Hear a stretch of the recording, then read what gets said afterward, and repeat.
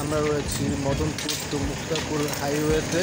প্রচুর জ্যাম, সিরিয়ালে গাড়ি দাঁড়িয়ে আছে, কোনো গাড়ি একটু আগাচ্ছে না, থেমে থেমেও আগাচ্ছে না, ফুল স্টিল প্যাকেট হয়ে আছে। চলুন একটু সামনে এগিয়ে দেখে নি কি হচ্ছে। আর এখানে যে নোহা গাড়িটা দেখতে পাচ্ছেন সেটার দিকে একটু খেয়াল রাখেন। আর একটু সামনে এসে দেখলাম দুস্তর গিরিকান্তর ভাঙ্গা রাস্তার প্রান্তর, খুবই বাজে অবস্থা রাস্তার। বড় বড় পুকুর খনন হয়েছে মনে হচ্ছে এখানে।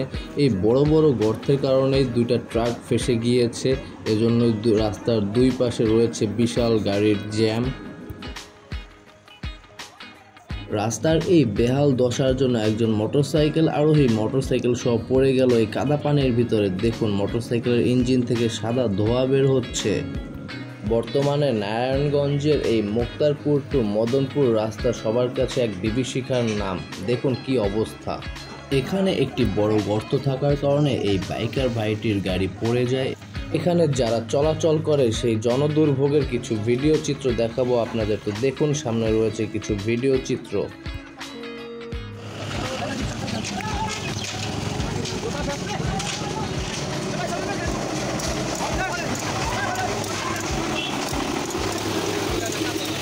টয়োটা স্কয়ার গাড়িটি পার হবে এখান থেকে। না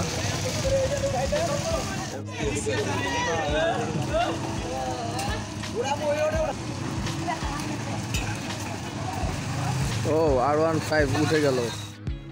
ভিডিওর শুরুতে যে নোহা গাড়িটির কথা বলেছিলাম, দেখুন এই নোহা গাড়িটি একটু বেশি বুঝতে গিয়ে এখানে ফেসে যায়। এই যে দেবে গিয়েছে।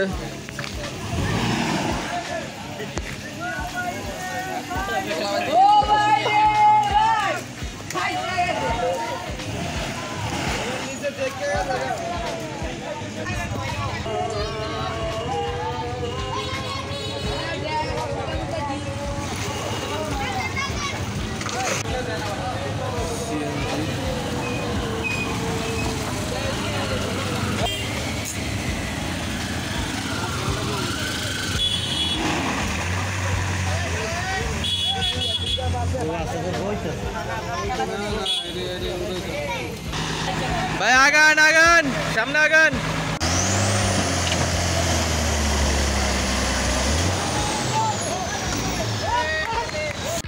অবশেষে গলার কাটা দূর হলো, ট্রাকটির রাস্তা থেকে উদ্ধার হলো।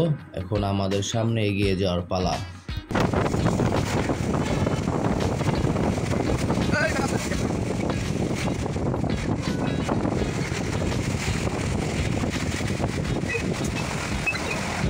আমরা আবারও কিছুক্ষণ চলার পরে দেখলাম গাড়ির লম্বা সিরিয়াল লাইনে দাঁড়িয়ে রয়েছে, কারণ ডান পাশ থেকে একটার পর একটা ট্রাক আসতেছে।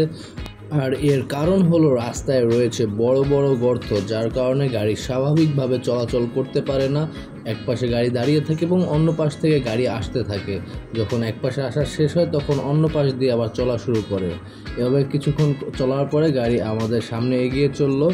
দেখুন রাস্তার অবস্থা কতটা খারাপ হলে এরকম বড় কন্টেইনার গাড়ি হেলে দুলে সামনের দিক এগিয়ে চলে, মনে হয় এই বুঝি পড়ে যাবে গাড়িটি। তাই আপনারা যদি মদনপুর থেকে মুক্তারপুর অথবা মুক্তারপুর থেকে মদনপুর যেতে চান, অবশ্যই হাতে প্রচুর সময় নিয়ে বের হবেন। ভিডিওটি দেখার জন্য ধন্যবাদ।